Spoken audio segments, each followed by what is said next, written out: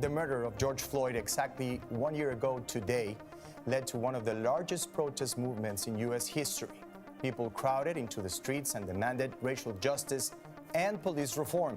President Biden called on Congress to take action on police reform by today in George Floyd's name, but negotiations in the Senate are stalled. Democratic Senator Cory of New Jersey joins us now. Good morning, Senator. You said meaningful progress is being made in these negotiations. Where do talks stand right now, and how soon can we expect a deal? Well, we want to get this deal right and not quick, and I'm very encouraged. There's been hours and hours every day of talks, and I'm really hopeful that we can get something done in the weeks ahead, not months.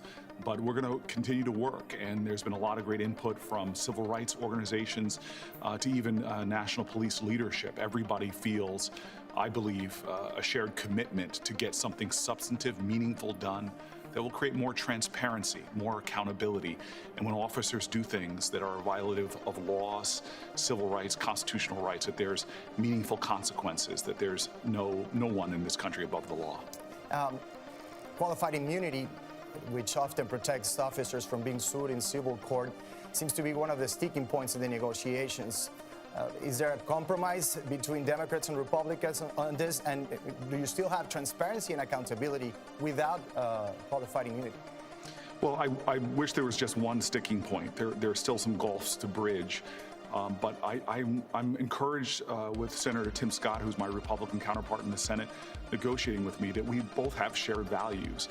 We're both African-American men who, even through our lived experience, have very difficult issues in our pasts with police officers. So we both agree that the death of George Floyd just highlighted some of the real problems. How can an officer with that many citizen complaints be out teaching other officers? We know that our shared values of accountability and transparency and consequence when you break laws have to be the core pillars of this law, or it's not worth us doing something. So I feel that there's a moment in history right now. The White House has been extraordinarily helpful, the Department of Justice, police leadership, and especially civil rights groups. So again, I know that this is a moment. We haven't had meaningful police reform in this country for decades, and they're clearly, as we see this drumbeat of god-awful deaths and violence against unarmed African Americans, that we all have to share a collective urgency in this country to change laws, to expand accountability, and to work to end a crisis that right here in Washington, Martin Luther King, in his I Have a Dream speech, was speaking about police brutality. The Kerner Commission and other commissions decades ago were pointing out many of the very same problems we're dealing with now. We have to do something about this. I want to pick up, Senator Booker, what you just said about you and Tim Scott. Both men of color who have had lived experiences, who have talked about your encounters with police. How much pressure do you feel, either self-imposed or pressure from the outside, to get this done this time? You know, when George Floyd was first murdered, there were calls on both sides. Everybody thought this was a moment, finally something will happen, and a year later we are still talking. Do you feel a lot of pressure yourself? I feel the weight of obligation. I'm going to meet with the Floyd family today. He was a son. He was a father. He was a brother. And we failed him. Not just Derek Chauvin, he was to blame, but we all have been responsible for having a system in America that has allowed things like this to happen with such frequency.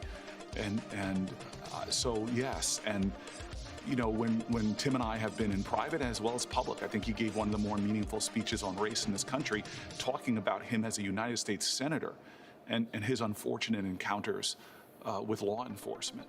And so we have to make progress here. We cannot lose this moment. Millions of Americans went out into the streets in one of the greatest demonstrations for justice that we've had in the history of our nation. I think we need change at the federal government, state governments, local police departments. But I feel that, and that's why I'm working with such determination and urgency. I had heard that part of the negotiations were taking part in the Strom Thurmond room. I didn't know such a thing existed.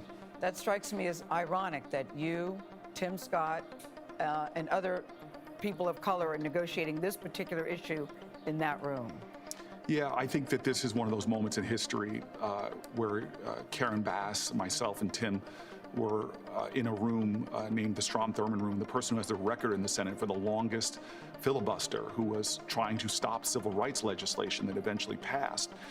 As I sat there, I had to note it to my friends and colleagues that we are living a moment where never before in American history have we seen, 3 black men serving at the same time in the United States Senate. 2 of them, and Reverend Warnock is a part of this, but all of us working so hard to get something done to begin to make progress again on this horrible legacy of systematic racism and disparate impact on communities. And so we have a painful history, and frankly, with the continued awful things from Louisiana and across the country, we have a painful present, and we all are invested in doing something about it, regardless of what our race or ethnicity. We have ideals